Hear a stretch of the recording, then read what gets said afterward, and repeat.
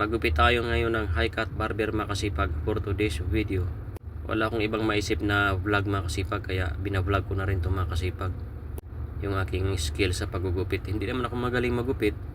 Marunong lang siya makasipag. Pinafashion ko lang siya. Kaya kung anong binigay sa atin ng Panginoon, kahit ano pa yan, kahit tagapulot pa yan ng basura, ay wag nating ilanglangin. Kailangan natin siyang trabahuin. Unang-una, tinira ko kaagad siya makasipag ng 3 paikot sa taas para hindi siya mapuwersa. Pero habang nagugupit tayo makasipag, maikwento muna ako sa inyo makasipag. Kwentong barbero to mga kasipag. Sa totoo lang ay mag 5 years pa akong barbero. Madali ako natuto kasi kinursunada ko siya, kaya wala talagang bagay makasipag na hindi mo matutunan kung talagang gustuhin mo. Yun po yun makasipag. Pero nagugupit na rin ako noon. Sa aking kapatid, gunting pa yung gamit. Hindi ko lang siya siniseryoso. Pero may time na nakita ko, dumating yung oras na may nakita ako sa isang komunidad na kailangan nila ng tagaputol ng buhok. Kaya naisipan kong mag-volunteer na maging barbero. Yun po yun makasipag. Kaya doon nagsimula makasipag na siniseryoso ko na siya talaga. Doon nagsisimula yung career sa pagiging barbero bukod sa trabaho ko. Pinapasyon ko na siya makasipag dahil naniniwala ako na nagsisimula ang lahat sa maliit o maliit na execution. Yun po yun makasipag. At eventually matutunan na rin yung iba makasipag. Yun po yung pinaniniwalaan ko. At yung pagiging lakas ng loob ay hindi mawala sa akin yan makasipag. Dumating sa akin yung lakas ng loob, halos late na lang makasipag.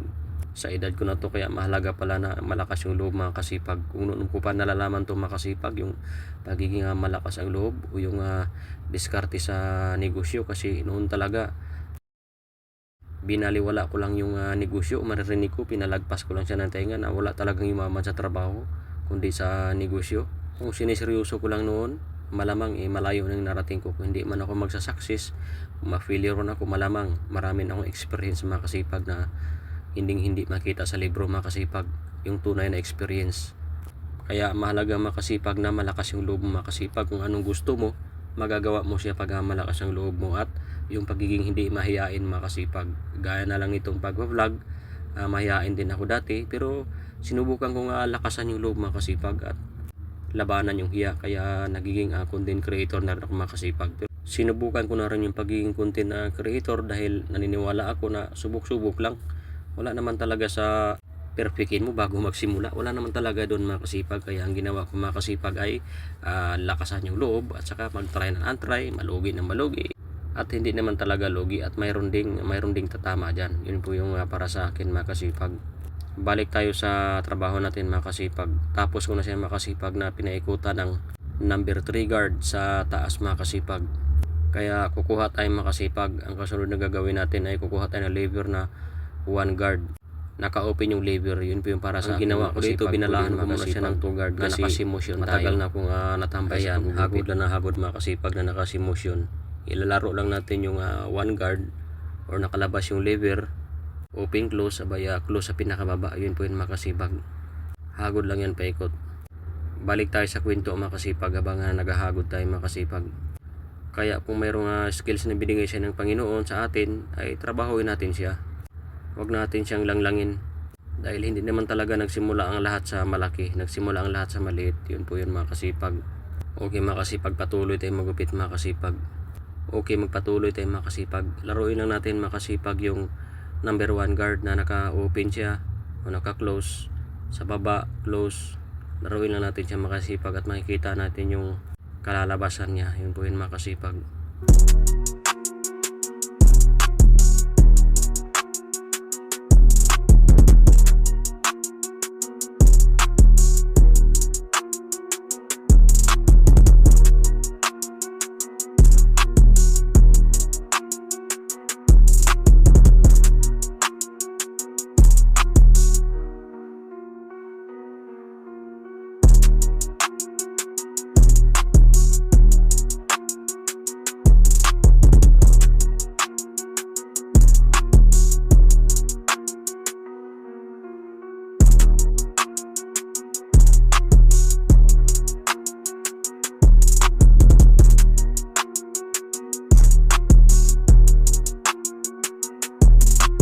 Kasunod ang gagawin makasipag ay ahitan na natin siya makasipag. Basahin muna natin siya. Yun po yun.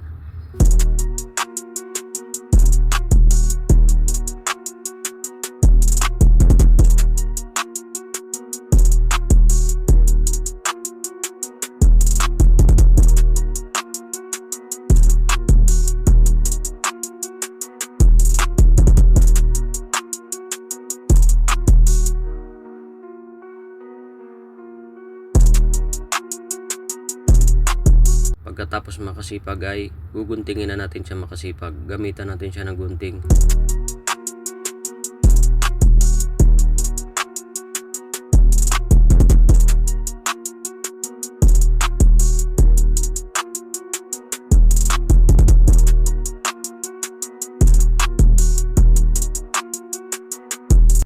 Ayan na, patapos na yung kanyang high cut barber mga kasipag. Yan, maganda na malinis na. Kasunod na gagawin mga kasipag ay gamitan natin siya ng tining scissor. Yung mga medyo makapal, pitik-pitikan natin siya ng tining scissor para magbalanse yung gupit. Yun po yung makasipag, magbalanse yung kapal niya.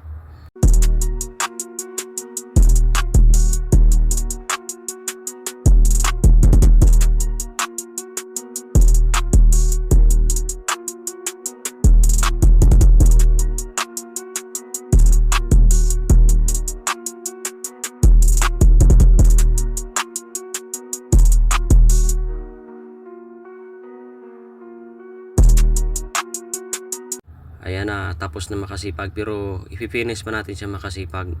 Gamitan natin siya ng plangkita gamit yung ating mahabang gunting. Okay makasipag, samahan nyo pa ako sa aking video. Sana lalakas din yung loob mo, kasi ang pagiging malakas ang loob ay yun yung mga nagtatagumpay makasipag sa dulo. Yun po yung makasipag. Siya nga pala makasipag, mayroon tayong group makasipag sa OFW Kasipag. Welcome ang lahat dito na mag-join at na magbahagi ng ating mga experience, ng ating mga hinaing problema sa buhay, success para kapupulutan ng aral ng iba at magkakaroon ng value. Yun po yun mga kasipag.